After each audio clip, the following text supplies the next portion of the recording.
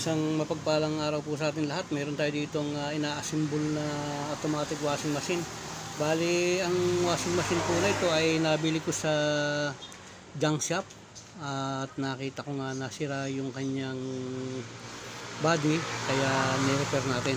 Itong ginamit nating lata ay galing din ito sa mga nasirang washing machine na sa halip na bumili tayo ng gamit para hindi na tayo magastusan, ayan, pinutol-putol lang natin itong mga pinaglumaan ng washing machine dahil nga sa ito ay makapal, so napagpasyahan ko na gamitin. So itutuloy lang natin yung ating ginagawa at subaybayan nyo po ako. Maraming pong salamat muli sa inyong pag-subscribe at pag-like sa aking mga video. Naway patuloy kayong makapulot ng isang magandang aral dito sa ating mga ipinalalabas. Ito ang ating barena saka martilyo at gunting. Ayan. Bali yung mga butas na yan, ayan, tinapatan lang natin yan para dito sa mga poste na to. Papasok natin siya dyan. Ayan. Tapat lang natin yan dyan. Ayan. Ayun.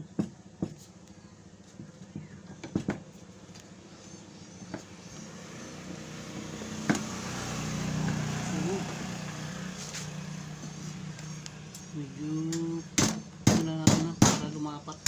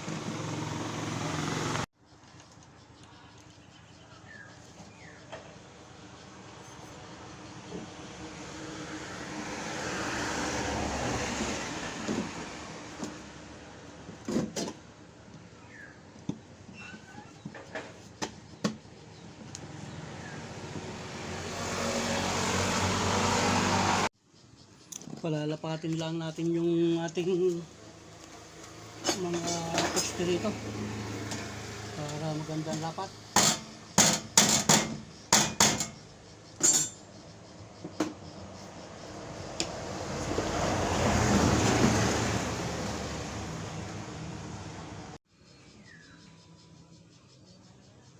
Yan, babarin na uli natin.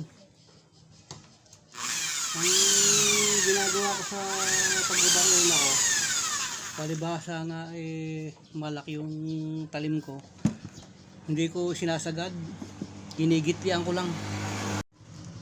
Kapag medyo malalim na yung kanyang gitli, yung pinakabutas niya, hindi sagad yan.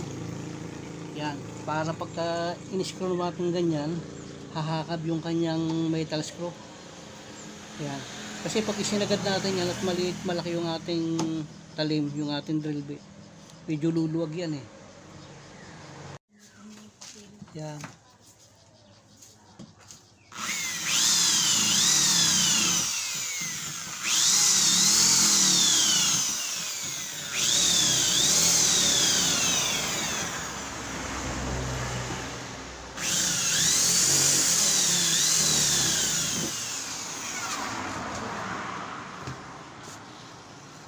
So yun, sa paunti-unti ka nga ay nairaos natin, ayan, nagamit natin yung mga poste ito, itong mga posteng plastic na yan, ayan, ayan o. Mga retaso lang yung ginamit natin na yan, at kahit pa paano ay titibay din yung ating durog na durog ng washing machine. So dito natin ikakabit yung ating inassemble na flooring. Kakalasin natin itong kanyang metal screw sa may tagliran para mailabas natin. Yan. Sobrang tigas, maliit lang. hindi natin nakuhang gupitin ng diretsyo. Unti-unti lang yung tabas natin dahil nga sa matigas. So yan, konti na lang. Matatanggalan natin tong bulok na ito.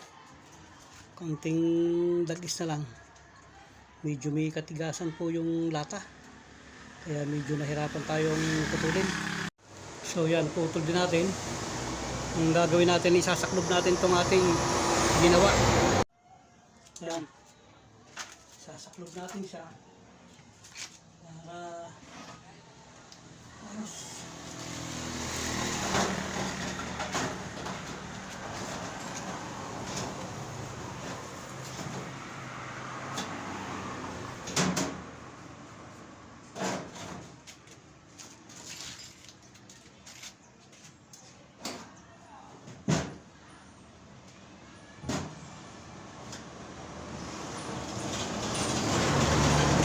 So yan, i-rebit lang natin at medyo konting lang para maganda yung lapat.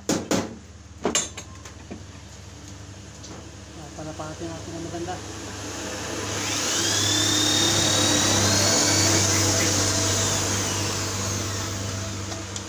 Konting rebit lang to. Diyan ay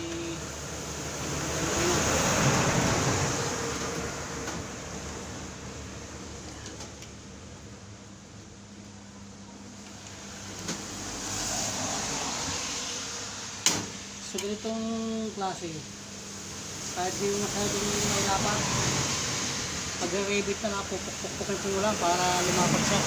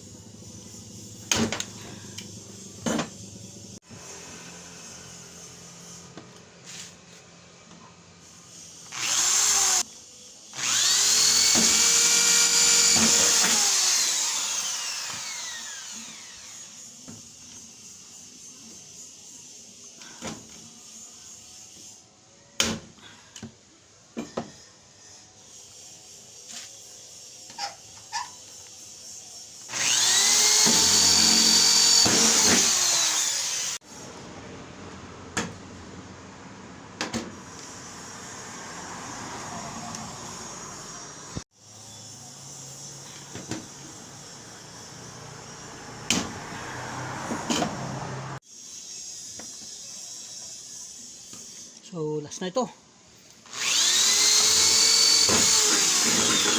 Nakuha rin natin sa tsaga-tsaga. Okay na yan.